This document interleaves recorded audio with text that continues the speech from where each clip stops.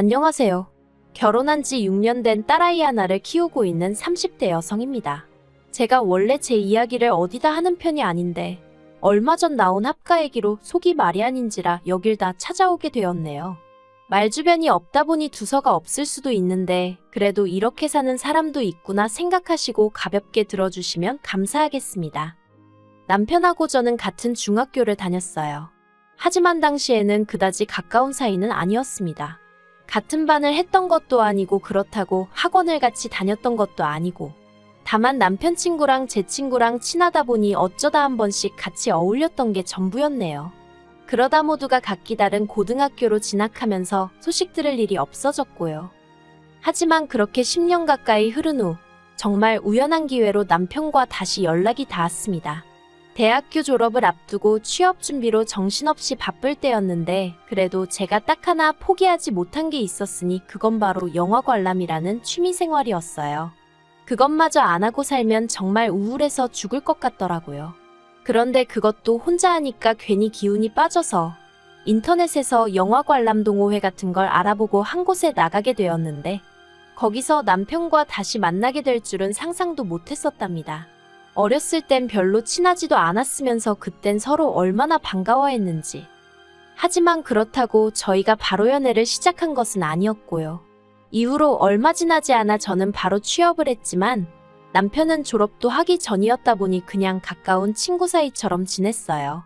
그러다 본격적으로 서로 연애를 시작한 건 저희 둘 다 직장인이 되고 나서였죠. 남편은 저랑 동갑이었지만 군대를 다녀왔으니 저보다 사회생활이 늦을 수밖에 없었거든요. 그래도 남편은 보란듯이 대기업에 들어가더라고요. 사실 남편이 저보다 학벌이 좋기도 했으니 그래서 당연한 결과다 싶긴 했지만 그래도 사람 마음이 부럽기도 하고 그렇더라고요. 아무튼 그렇게 남편까지 직장 생활을 시작한 이후로는 자주 보기는 어렵겠구나 생각했어요. 저는 저대로 바빴고 남편도 이제 회사에 적응하느라 바쁘겠구나 싶었으니까요. 그런데 그건 제 기우에 불과했습니다. 남편은 오히려 전보다 더 자주 저에게 연락을 해왔고 시쳇말로 들이대기 시작했거든요. 그리고 그런 남편의 적극적인 대시에 저도 못 이긴 척 마음의 문을 열었죠. 저는 연애를 시작하기 전에도 이미 남편에 대해서는 제법 많이 알고 있다고 생각했어요. 하지만 그건 제 착각이었습니다. 특히나 친구로 지내는 동안은 남편의 재정 상태에는 별 관심 없었기에 몰랐는데 연애를 시작하고 나서 보니까 남편이 금전적으로 늘 빠듯해하는 눈치더라고요.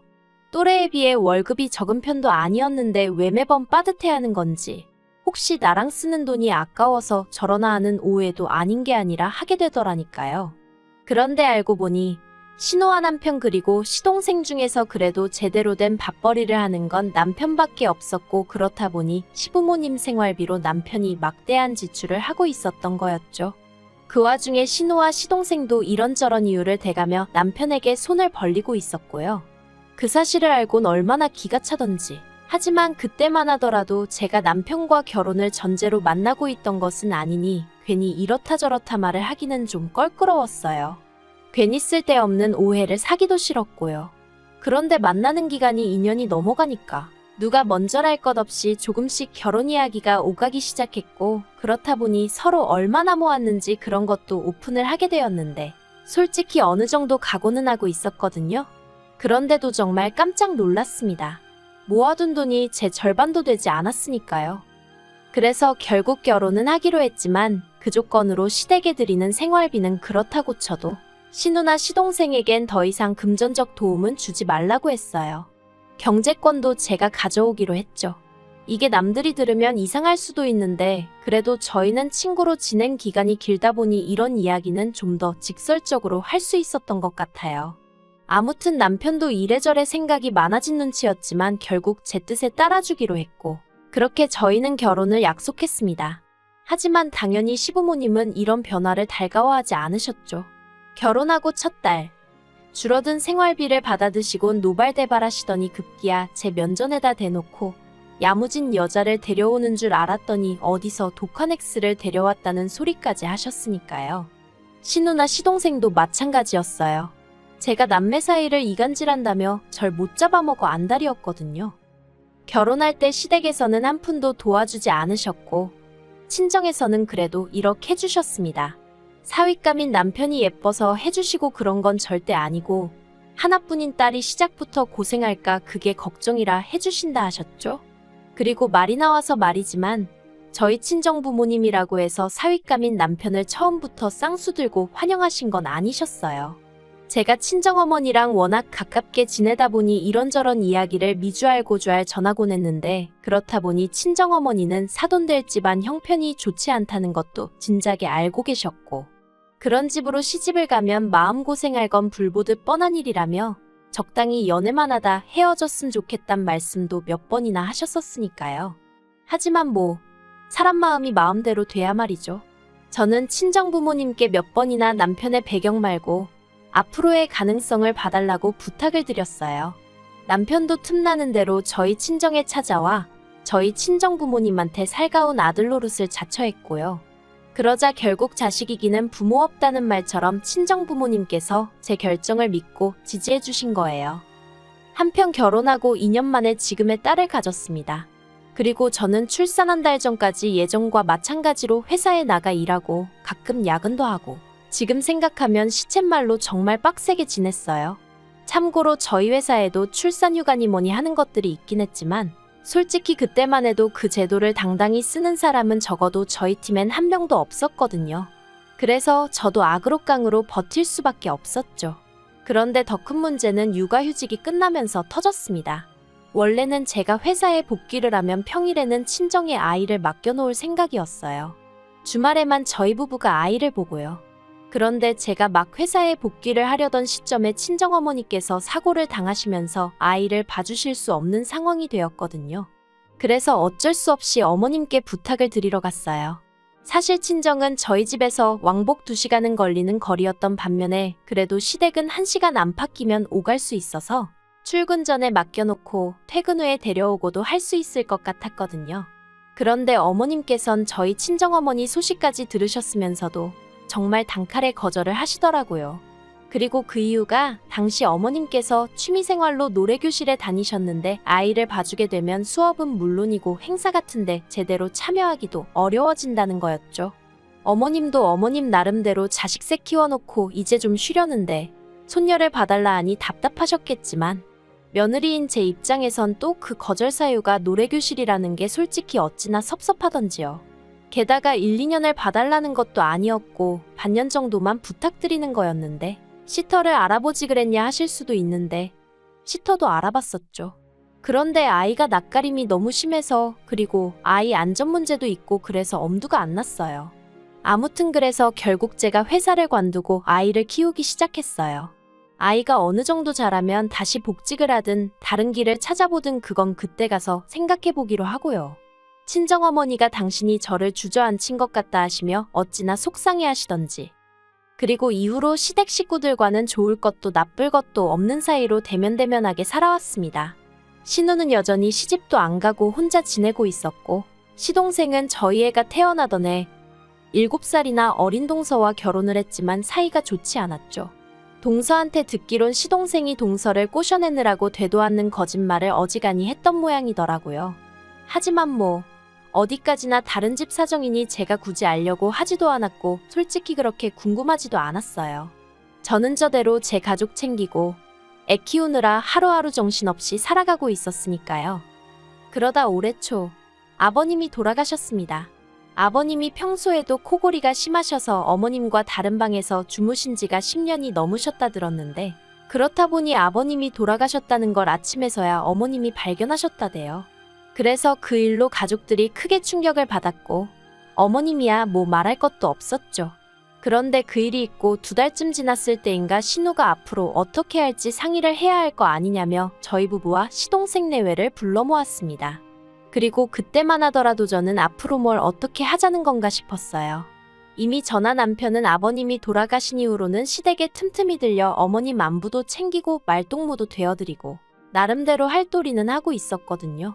그런데 모두가 모인 자리에서 신우가 대뜸 한다는 소리가 아버님이 그렇게 간밤에 돌아가시고 나니까 어머님을 혼자 계시게 하는 게 너무 걱정이 된다면서 저희가 모셨으면 좋겠다고 하는 거예요. 이건 아닌 밤중에 홍두깨도 아니고 정신이 확 들더군요. 제가 왜 저희냐고 물었어요. 저희는 아시다시피 집도 작고 애도 있어서 어머님 모실 상황이 못 된다고요. 그랬더니 신우가 하는 말이 애가 있으니 더 좋지 않냐입니다. 어머님이 저희 애를 봐주실 수도 있고, 그리고 그 이야기를 듣는 순간 예전 생각이 딱 떠오르면서 기분이 나빠졌어요. 봐달라고 그렇게 부탁드릴 땐 나 몰라라 하셨던 어머님인데 무슨 이제 와서 저희 애를 앞세워 저희랑 사시겠다는 건가 싶은 게, 그래서 제가 엄마가 집에 있는데 왜 할머니의 손길이 필요하겠냐고 그런 이유라면 괜찮다고 저도 딱 잘랐죠. 그리고는 신우더러 그러지 말고 형님이 모시는 게 어떻냐 했습니다. 형님은 딸이고 지금 혼자 살고 계시니 어머님 입장에서도 저희랑 사시는 것보단 형님과 사시는 게 훨씬 편하시지 않겠냐고요. 그랬더니 신우가 짜증을 내면서 한다는 말이 자기가 이 나이에 어머님까지 모시고 살면 어떤 남자가 자기를 좋다고 하겠냐대요. 어이가 없었죠. 지금까지 몇 년을 혼자 살아도 좋다는 남자가 없었는데 별 쓸데없는 걱정을 다 한다 싶어서요.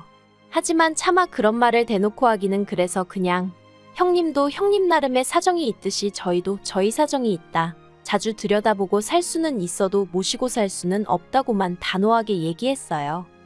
그랬더니 이젠 시동생까지 가세를 해서는 우리 세 남매 중 그래도 제일 먹고 살 만한 게 형이랑 형수 아니냐면서, 그러니까 어머님을 저희가 모시는 게 당연하다나요.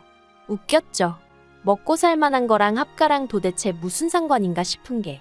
그리고 어머님을 모시게 되면 말 그대로 남편이야 출근해버리면 그만이지만 저는 정말 전하어머님 중 누구 한 명이 집에서 나가지 않는 한 하루 왼종일 붙어 있어야 하는데 한번 상상을 해봤어요.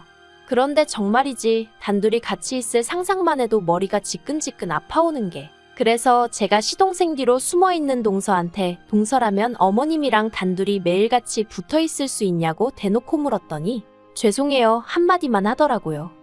그리고 결국 그날 이렇다 할 결론을 내리지 못하고 헤어졌는데 집으로 돌아오는 내내 남편은 아무 말도 없었습니다.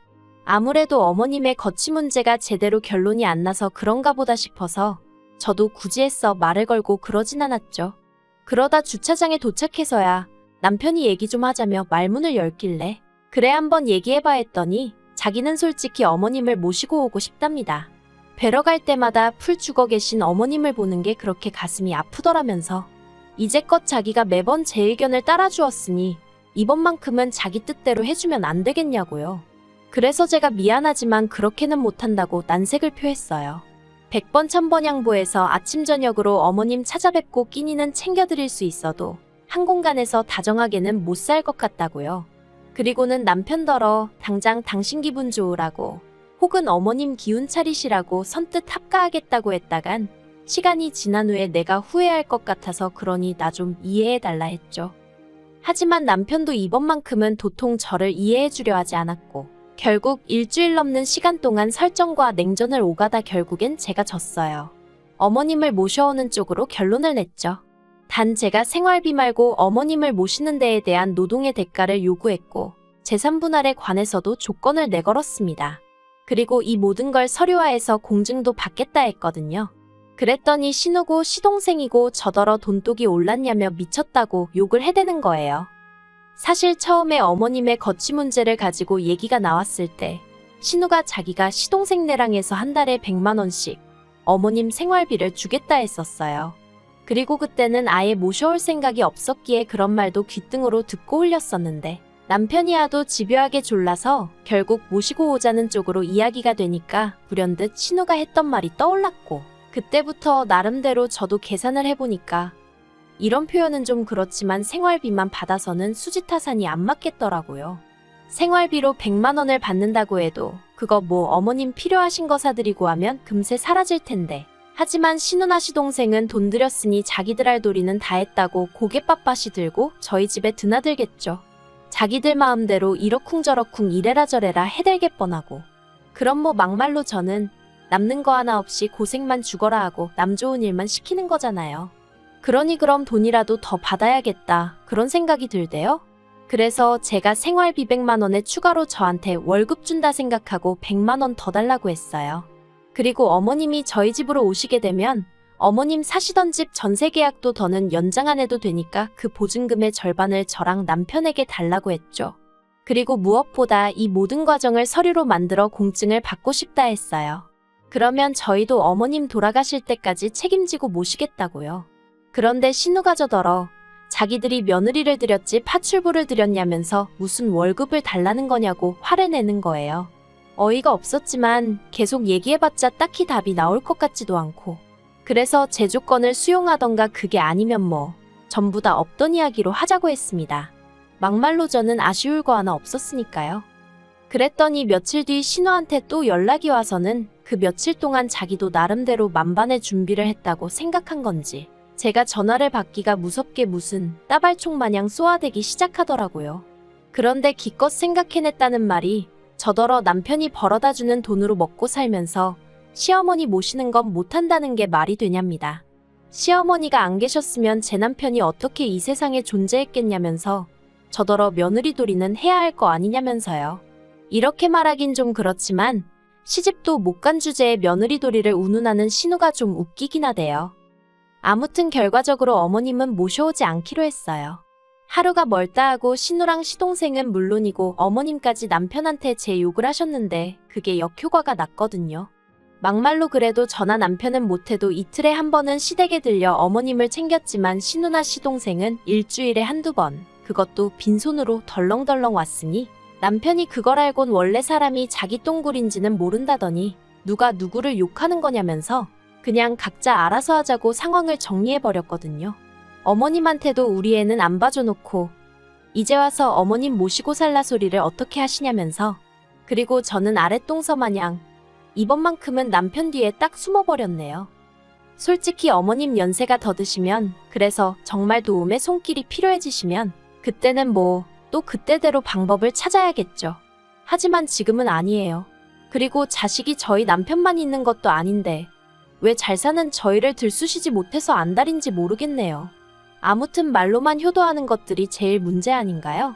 자기들이 하기 싫고 못하겠는 건 남들도 마찬가지라는 거 생각 좀 하고 짓거리면 좋겠습니다.